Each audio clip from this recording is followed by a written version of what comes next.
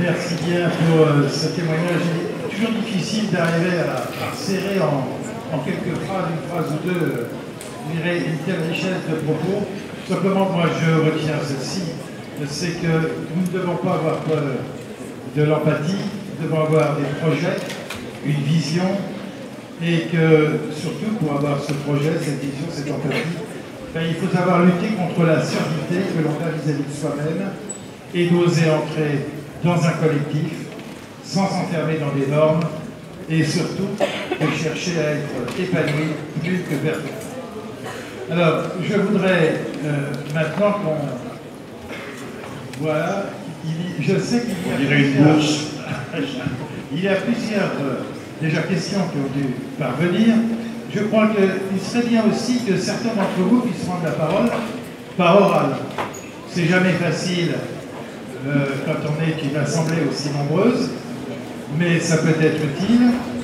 D'autant que ce matin, un certain nombre ont déjà réfléchi à toute cette question, notamment au travers d'un film dont je cherche le titre, par rue et par vie, par rue et par vie, et qui vous a donné l'occasion à la suite de ce film d'accueillir des SDF pour parler avec eux, ce que d'habitude peut-être vous n'avez pas l'occasion de faire, si c'est en traversant plutôt la rue, plutôt que de les aborder pour aller à leur rencontre. Alors, j'aimerais bien qu'il y ait, d'abord, il y a des questions qui sont arrivées. Est-ce que l'un ou l'autre aurait une question à poser à l'un de nos 4 intervenants, d'ores et déjà? Alors, il y a énormément de questions et on n'est pas vraiment sûr de pouvoir répondre à chacune de ces questions. La première, Jean Lanier, faire vivre ensemble des personnes portant un handicap n'empêche-t-il pas leur intégration dans la société? Je pense que ça fait écho à ce que disait Jean-Marie Petitfer. Voilà. Toute la question pour nous, c'est d'allier appartenance et liberté. Trop de liberté sans appartenance, c'est l'angoisse. Trop d'appartenance sans liberté, c'est l'étouffement. Nous vivons en communauté, ce qu'il faut aider chacun à se développer comme il a envie. Martine, il y a quelques années, est venue chez nous, fragile, on dirait peut-être Saint-Esprit.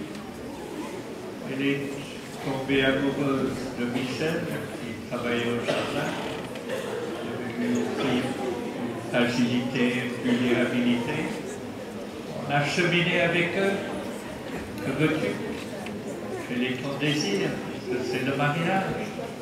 Si tu veux te marier, qu'est-ce que tu as besoin? Comment manier de l'argent, comment faire la cuisine, tout ça, ça prend du temps. Ils se sont mariés.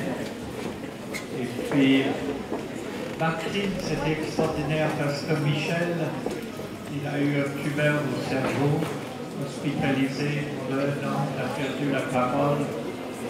Et Martine, comme une femme extraordinaire, tous les jours, elle est lui tenir la main. Donc il faut trouver l'harmonie. Trop seul, tout seul, on va regarder la télé et puis boire du chemin, la bière. On avait ça aussi, donc il fallait aider quelques-uns à passer par la vie libre, etc., des intoxications. Donc il faut harmoniser, aider les gens à être eux-mêmes, et pas tout seul. Faire partie d'un groupe où on peut, par exemple, Martine et Michel, on a pu les aider à trouver un appartement, régler les problèmes financiers.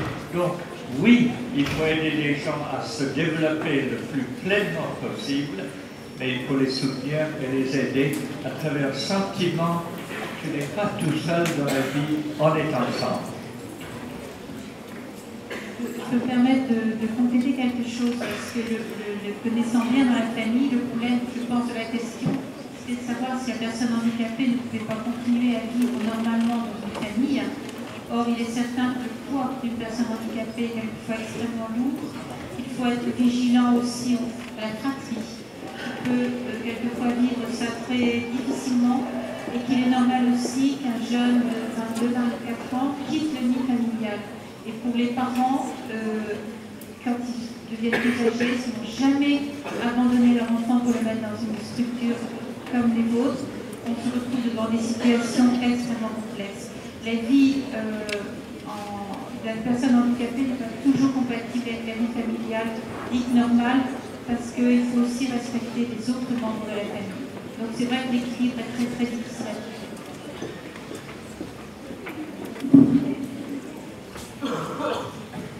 Il faut veiller à ce que le micro qui est en haut ne soit pas trop près des bruits ambiants. Merci. Quelques jeunes dans la salle demandent des nouvelles de Pauline. Est-ce qu'après avoir vécu en communauté, elle a su canaliser sa violence? Est-ce que beaucoup de personnes sont allées la voir et ont essayé de l'aider? Comment s'en sort-elle?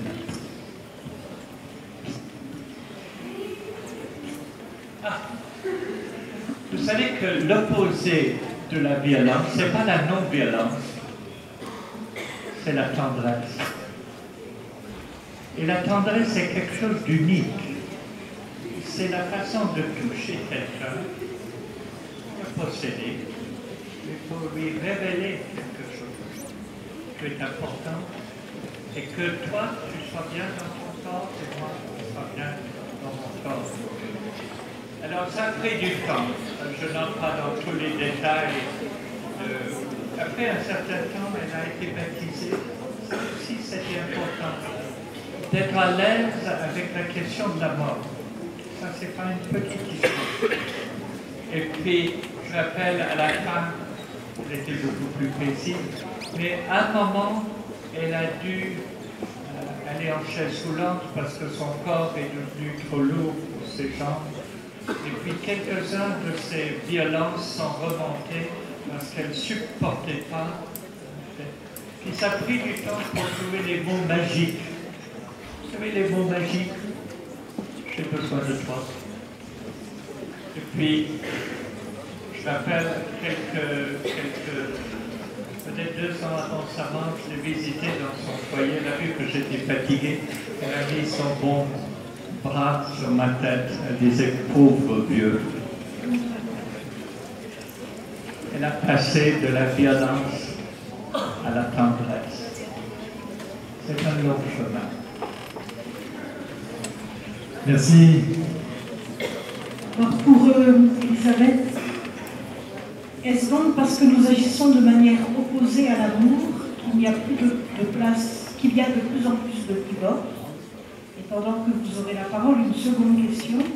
Est-il possible de vivre une histoire d'amour sans que les deux personnes partagent la même bulle? La même bulle. Alors, je vais, oui, peut-être mélanger les deux. On a la même... On ne doit pas regarder chacun sa bulle. On est quelquefois dans une bulle fusionnelle, mais on ne doit pas non plus, parce que l'on s'aime, s'extraire du monde environnement, de notre environnement, parce qu'à ce moment-là, ça nous étouffe.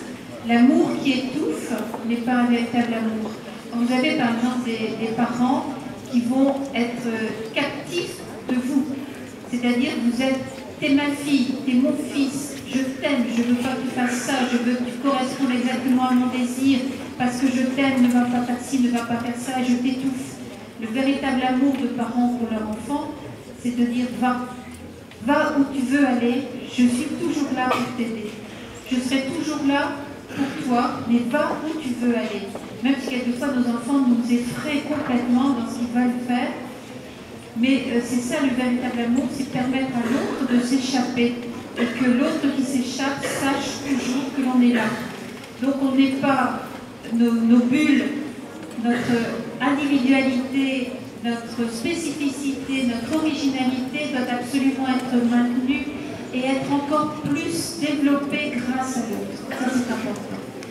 La question du divorce, c'est quelque chose de complexe que certainement beaucoup d'entre vous vivent aujourd'hui dans des familles séparées avec souvent une grande souffrance en se disant mais moi j'aime autant papa, j'aime autant maman Et puis, bon, maintenant, ils sont partis, il y a la belle-mère, il y a le beau-père, il y en a d'autres qui me disent, bah, oui, mais au fond, maintenant, ils ne se disputent plus, donc la paix est revenue dans la maison.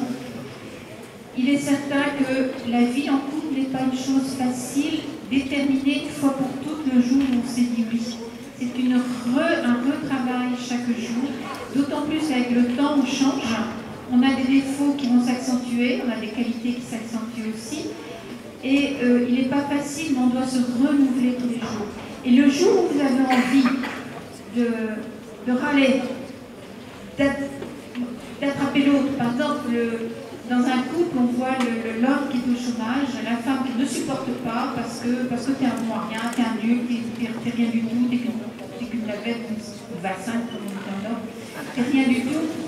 Mais moi, je serais toute seule et puis j'en ai marre de ce âge. Quand l'autre est en grande fragilité, c'est surtout pas à ce moment-là qu'il faut l'abandonner.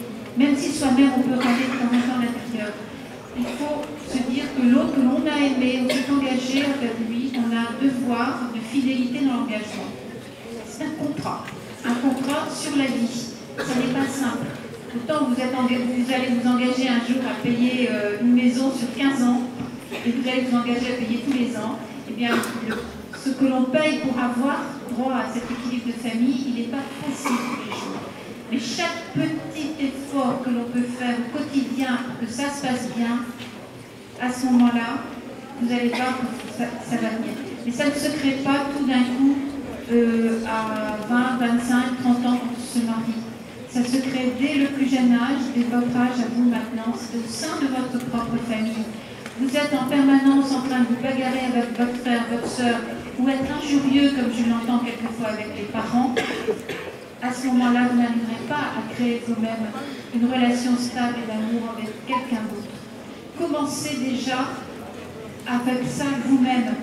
Ma maman, quand j'étais petite, ne supportait pas qu'on discute. À chaque fois qu'on était 8 enfants, alors quelquefois ça avait 6 filles, alors vous assurez que on se tapait dessus, jamais, à chaque fois qu'on commençait à discuter, arrêtez, stop, on ne se dispute pas. Trouvez une solution, on ne se dispute pas.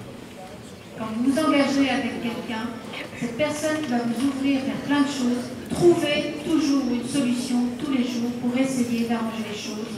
Vous allez voir que c'est comme ça qu'un peu à la fois vous allez construire le chemin de votre vie. Et c'est possible. C'est tout à fait possible. Bon courage. Vous n'avez pas attendu la terminale pour commencer à rechercher la sagesse, à philosopher. Vous avez déjà quelques références. Quelqu'un parmi vous demande « L'homme est-il un loup pour l'homme ?» Sartre qui disait « L'enfer, c'est les autres. Qu'en est-il de cela ?» Cette question peut s'adresser aux 4 intervenants. Et puis quelqu'un qui demande « L'homme est-il né mauvais? Est-ce dans sa nature? Et si oui, est-ce la raison pour laquelle notre monde est ce qu'il est ?» Moi, je pense personnellement que la violence, c'est naturel. La manière naturelle de régler un conflit, c'est la violence. A au conflit avec B, vous supprimez B, il n'y a plus de conflit. La manière naturelle d'exprimer sa colère, c'est la violence. Si je commence à balancer toutes les chaises dans la salle, vous allez vous dire, je suis vraiment en colère. Ce qui n'est pas naturel et qui est le fruit de l'éducation, c'est la convivialité et la paix. Le fait que vous soyez sagement assis sur une chaise en train de nous écouter, ça, c'est pas naturel du tout. Ça, c'est le fruit de l'éducation. Alors ça, c'est une des grandes intuitions de Jean Bosco. C'est dire, lui aussi était confronté à la violence. C'est dire, mais la violence, c'était son temps, il va falloir enfermer ces jeunes violents. Et j'entends aujourd'hui beaucoup de parents, d'instituteurs, d'animateurs me dire, mais qu'est-ce qui se passe? Qu'est-ce qui se passe? Ils deviennent de plus en plus violents, de plus en plus tôt. Moi, je me réponds, le bébé du 21e siècle ne n'est pas plus violent que le bébé du 20e. Il naissent tous les deux tout aussi violents, incapables de résister à la moindre frustration. Vous confieriez un flingue à votre bébé et vous tuerez pour un biberon en retard. Le problème de la violence des enfants et des adolescents, c'est un problème d'adultes.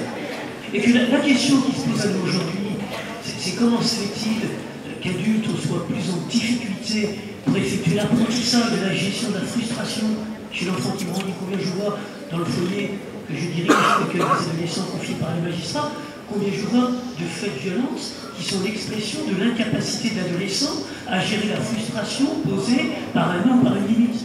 Il revient à l'adulte d'apprendre à l'enfant qui grandit à maîtriser son agressivité. Combien je vois de faits de violence chez les ados que j'encadre qui sont la manifestation de leur incapacité à maîtriser cette agressivité. Il revient aux adultes que nous sommes d'apprendre aux enfants, aux adolescents, d'autres manières de régler le conflit que le recours à la violence. La médiation, l'arbitrage, le jugement, mais tout ça, ça s'apprend. Gérer la frustration, ça s'apprend. Maîtriser son agressivité, ça s'apprend. Et la grande intuition de Montesquieu, c'était qu'aux autorités italiennes, qui ne cessaient de dire « ces gamins développent des comportements monstrueux, une seule solution, fermons-les ». Alors je commence à réentendre ça, à droite comme à gauche. La solution, c'est la question de fermer. Je veux dire qu'en enfermant en plus ce genre de mineurs, il est très bien sur point de violence. Et donc, ce que répond, la violence de ces comportements est le signe de la faillite de nos accompagnements éducatifs. Une seule solution, tous ensemble, retroussons les manches et accompagnons-les. Et j'aime citer cette pointe du discours de Don Bosco en France en 1883. Il va revenir, je crois qu'il est relié pour dire sur l'île, au mois de novembre, Jean Bosco, donc un pédagogue du 19e, qui a œuvré auprès des jeunes du faubourg de Turin. Et son grand mot à la bourgeoisie lyonnaise, lors de son passage à Lyon, c'était « Ne tardez pas à vous occuper des jeunes, sinon ils ne vont pas tarder à s'occuper de vous ». C'est pas critique, ça. Si on tarde, franchement, à ces jeunes du quartier, à donner à chacun de ces jeunes une véritable place dans la société, un véritable avenir à construire, ne nous étonnons pas qu'ils mettent singulièrement à mal nos institutions. Et voyons bien que cette violence, il faut apprendre à canaliser. Mais c'est vrai que là, vu à toutes les époques, c'est la manière de la canaliser qui, parfois, effectivement, va être plus ou moins difficile. Jean-Paul Delevoye, sur cette question de la violence à canaliser et de maîtriser l'agressivité. D'abord, la société a toujours été extrêmement violente. Tout le temps. Un des dangers que nous connaissons actuellement, c'est qu'effectivement, la société dite normale ou bien pensante, parce qu'elle estime que son confort est plus important, a tendance à vouloir enfermer la violence derrière les murs. Et nous sommes dans une hypocrisie extraordinaire de cultiver partout l'inclusion en ayant mis en place des machines d'exclusion. L'échec scolaire, on l'exclut, la délinquance, on met dans les prisons, et surtout, ce qui est important d'ailleurs, regardez jusqu'où on pousse l'hypocrisie, c'est que normalement, vous êtes mieux placé que moi pour le dire, mais quand on met quelqu'un en prison, c'est parce qu'on veut préparer sa sortie. Et là, l'opinion dit surtout qu'il ne sorte plus. C'est parce que nous sommes dans un moment extrêmement compliqué. Je voudrais attirer votre attention là-dessus pour rebondir sur ce que disait Jean sur l'humiliation. Je suis de ceux qui croient, mais on peut débattre là-dessus, que ce qui fait société depuis les analyses de Lévi-Strauss, je crois l'avoir déjà dit ici, c'est trois grandes forces de sentiment, les espérances, les peurs et les humiliations. Nous sommes dans un moment où les espérances collectives sont aujourd'hui disparues. L'espérance communiste, chute du mur de Berlin, l'espérance libérale, chute de Lehman Brothers. Les espérances religieuses sont quelquefois fragilisées sous la montée des intégrismes et la montée des sciences. Et les espérances politiques, qui étaient assez porteuses d'espérance. Je rappelle que moi qui travaillais sur le taux de suicide dans la société française, j'avais été très frappé de voir qu'à chaque fois qu'il y avait un conflit, une guerre ou des élections présidentielles, le taux de suicide baissait. Et de façon assez significative.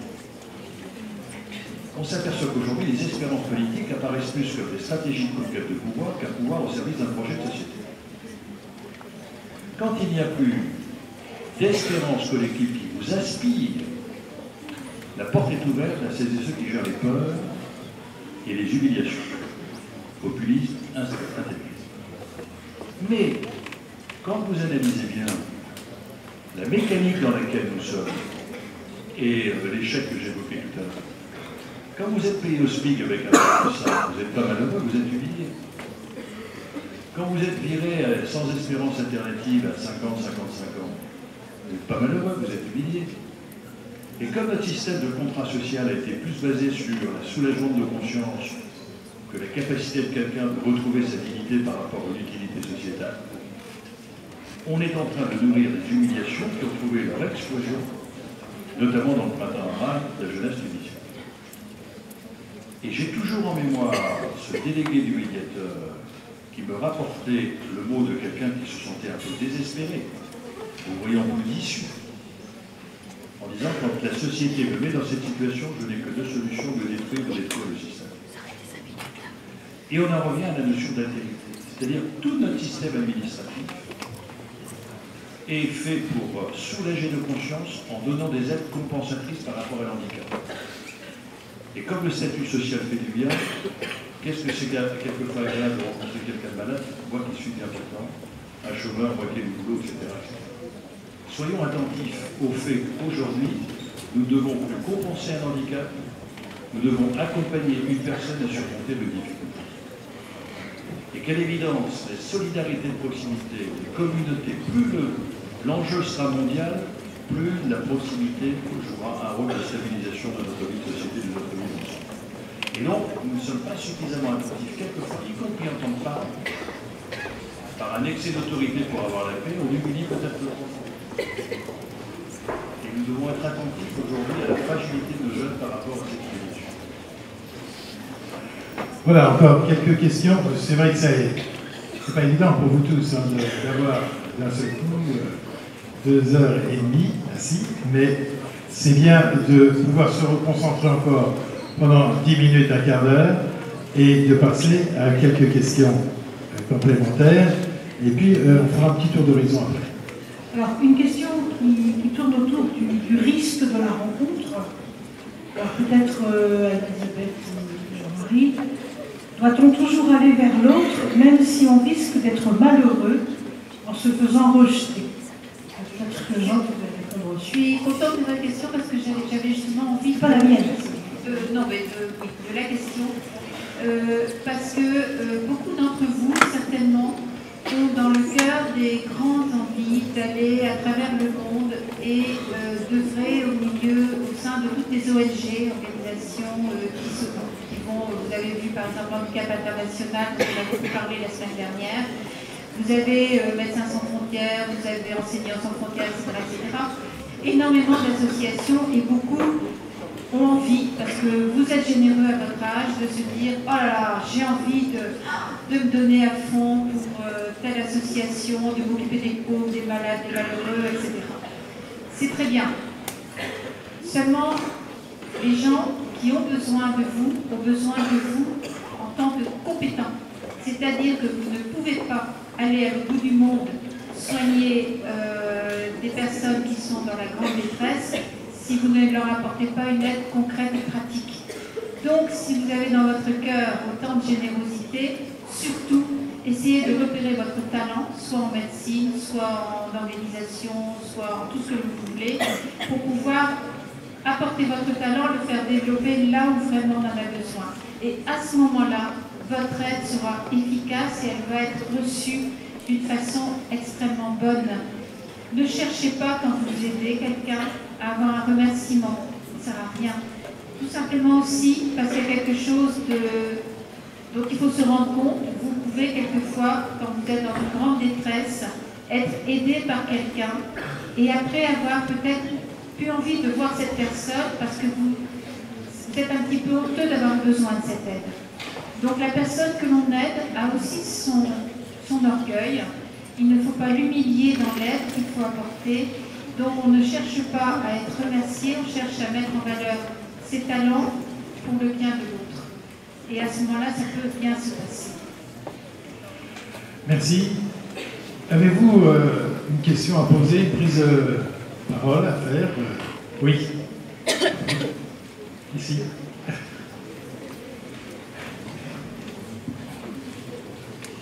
Donc, vous parliez de l'aide à l'autre, mais je pense que ça reste assez difficile dans la mesure où on doit se poser une frontière de ne pas l'humilier en l'aidant, mais comme on ne le connaît pas, c'est difficile de poser cette frontière et de déterminer jusqu'où on peut l'aider en fait. Donc,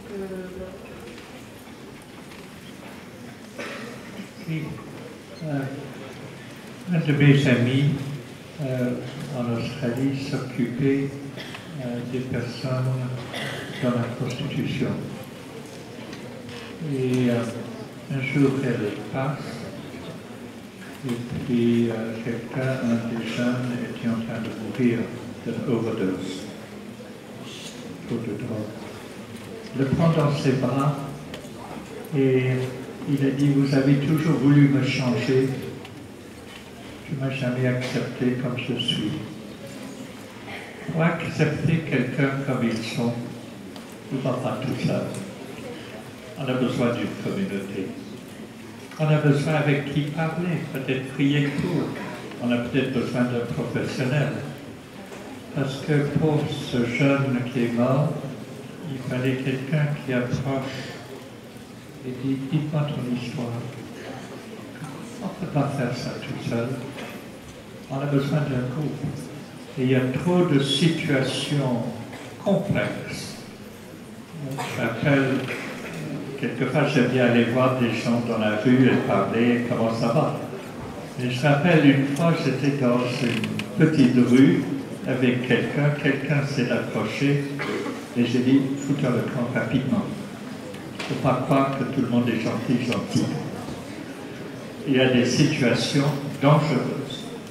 Et c'est là où il faut entre rien faire tout seul et avec d'autres, on peut faire beaucoup de choses. Je vais vous donner un exemple sur le travail. J'ai découvert par un syndicaliste un sujet que je ne connaissais pas. Il y a 3 millions de salariés illettrés dans le monde du travail en France. 3 millions. Et évidemment, quand quelqu'un il va tout faire pour cacher son handicap. Et il va tricher. Et quelquefois, il va tricher tellement intelligemment que personne ne se rend compte que le cariste ne sait pas lire l'étiquette, etc., etc. Et lorsque vous avez une relation de proximité, et que c'est noué la confiance sur des tas de gestes, la personne accepte à ce moment-là de parler. Et en parlant, en cheminant ensemble, il finira quelquefois par vous avouer ce qu'il a sur le cœur et vous dire est-ce que tu peux m'aider à franchir cette barrière. Et donc ce qui est intéressant, c'est que dans votre jeunesse, il fait tout de suite.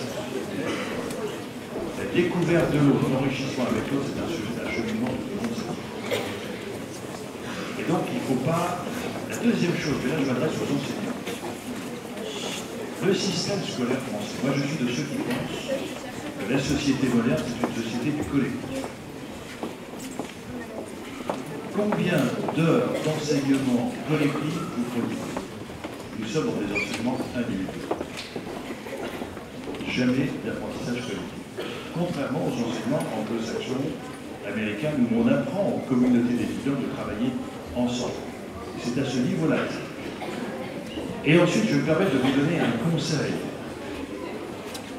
En France, on a une particularité. C'est qu'on n'arrive pas à séparer la vie privée de la vie professionnelle. On va au boulot avec ses problèmes personnels et on va chez soi avec ses problèmes professionnels. Apprenez à oxygéner votre vie. Apprenez à décélérer le temps, à alléger la pression qui pèse. Pourquoi?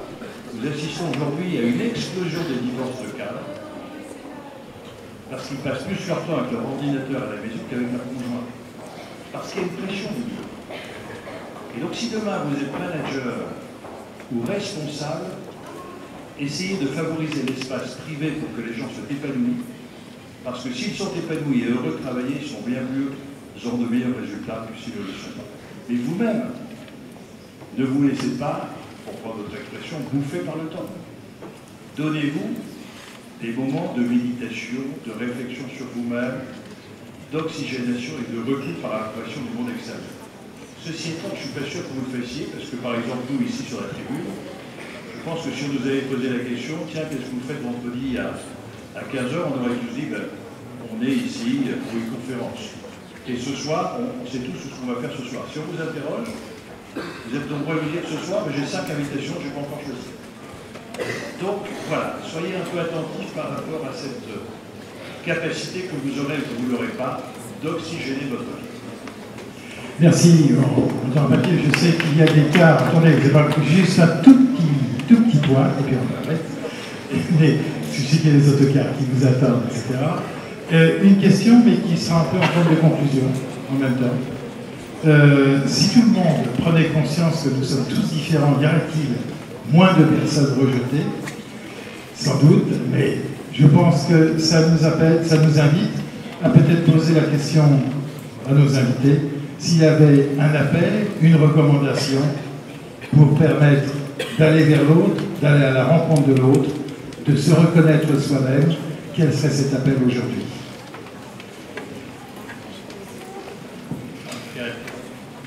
Vous faites rien tout seul, d'être en communauté. Ayez confiance en vous-même et passez plus de temps à écouter que de parler. Alors,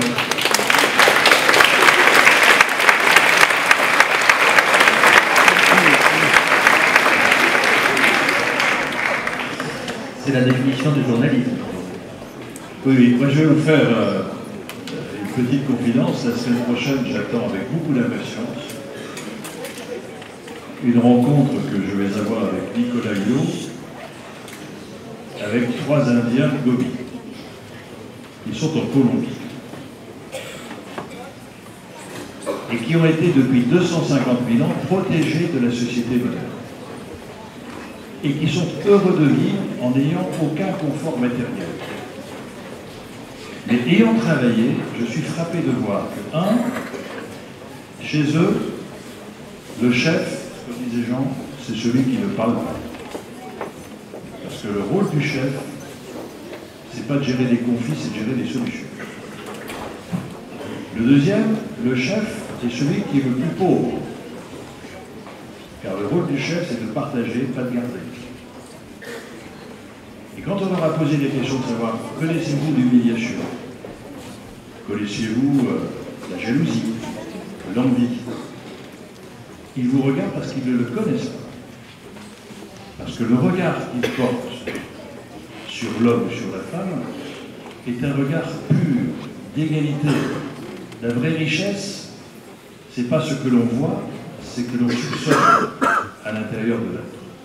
Donc apprenez, comme Saint-Exupéry, à échapper aux apparences et à faire en sorte de jeter bas le superficiel pour vous aller à l'essentiel.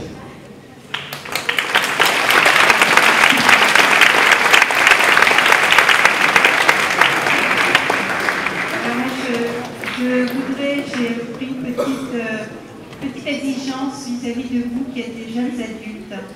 Imaginez un enfant qui vous regarde et qui vous dit « S'il te plaît, s'il vous plaît, donnez-nous des pierres où poser nos pieds et non le marécage de vos doutes. Montrez-nous le chemin de l'effort pour atteindre de beaux sommets et non la petitesse du confort quotidien. Car si vous critiquez sans cesse, avec la fougue de notre âge, nous démolirons tout. Si vous ne donnez pas, nous ne saurons jamais rien offrir. Si vous ne croyez plus à l'amour, nous ne vivrons qu'avec la tête. Si vous vous asseyez à la moindre fatigue, nous nous coucherons sans jamais rien faire.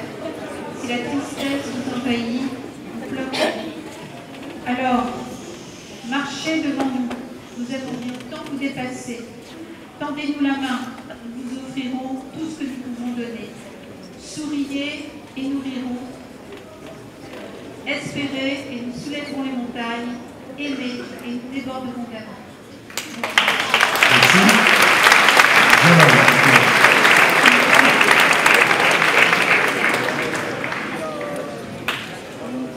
Je crois qu'il nous faut prendre conscience que la différence est source d'enrichissement. J'imagine que si vous passez une soirée entre étudiants, avec des étudiants qui pensent exactement comme vous, qui ont les mêmes goûts musicaux, les mêmes goûts de cinéma, les mêmes options politiques, les mêmes options religieuses, vous allez vous emmerder. Ce qui va donner du piment à la soirée, c'est le débat, c'est la rencontre. Et je me souviens que ce livre sur l'enfant, vous savez, il y a des villes de toutes les couleurs, puis la dernière page, tout est pareil. Toutes les maisons ont la même couleur, les voitures ont la même couleur, les gens ont la même couleur. Il se dégage une impression de tristesse, absolument épouvantable. Donc cette différence, c'est une source d'enrichissement. Et n'allons pas dans le registre de la peur, parce qu'aujourd'hui, notre société, la différence fait peur. Mettons-la comme une source d'enrichissement et osons la rencontre. La question n'est pas d'abord de savoir si c'est une idée, c'est rencontrer. Un lycéen me disait, moi je suis toujours gêné, quelqu'un me demande de l'argent, est-ce qu'il faut que je lui donne, il faut pas que je lui donne. J'ai cherché son verre, mais est-ce que tu le regardes, est-ce que tu lui dis bonjour? Je me souviens d'un collégien qui avait pris l'habitude de s'asseoir une minute à côté du SDF tous les jours sur le trajet de l'école. Il n'avait pas d'argent en poche, j'essayais. Je me demandais comment tu vas, puis racontais sa journée d'école. Et quand il ne passait pas, le lendemain, le SDF disait, il n'était pas passé hier. Donc, osons la rencontre. Et acceptons dans cette rencontre, alors, acceptons d'être déçus par l'autre. Moi, chaque fois que je prépare des fiancés au mariage, je dis, je crois qu'on est capable de s'aimer vraiment à partir du moment où on est déçu par l'autre. Parce que tant qu'on n'a pas été déçu par l'autre, on est plus amoureux d'imaginer qu'on se fait de lui que de sa propre réalité. Ou on ne l'aime que parce qu'il rentre dans le projet de profession. Non. Oser la rencontre, c'est aussi accepter d'être déçu. Je vois ce lycéen qui me donnait, sensibilisé par ce SDF, il lui avait donné 5 €, c'était énorme, c'était l'argent de poche d'un mois. Puis il se retourne, et puis il voit rentrer dans un bar pour boire du vin. Et il était dégoûté. Et il dit, mais non, effectivement, lui, il s'attendait, enfin, il avait vu son discours, il avait faim et tout ça. Mais il faut accepter aussi d'être déçu par l'autre et d'aimer l'autre comme il est, pas forcément comme on le dit. Merci.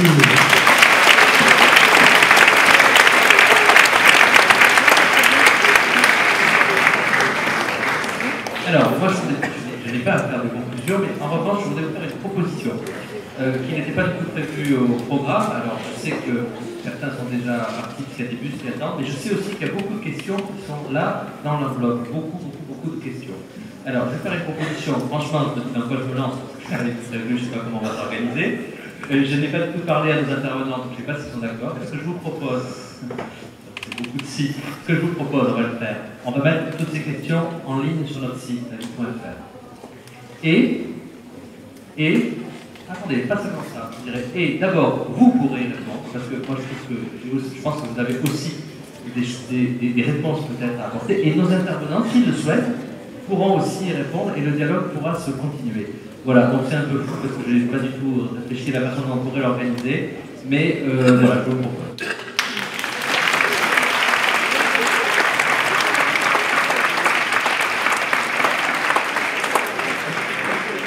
Voilà, merci pour toutes ces questions. Et je sais qu'il y en a certains qui veulent rencontrer les intervenants, il n'y a pas de problème, bien au contraire.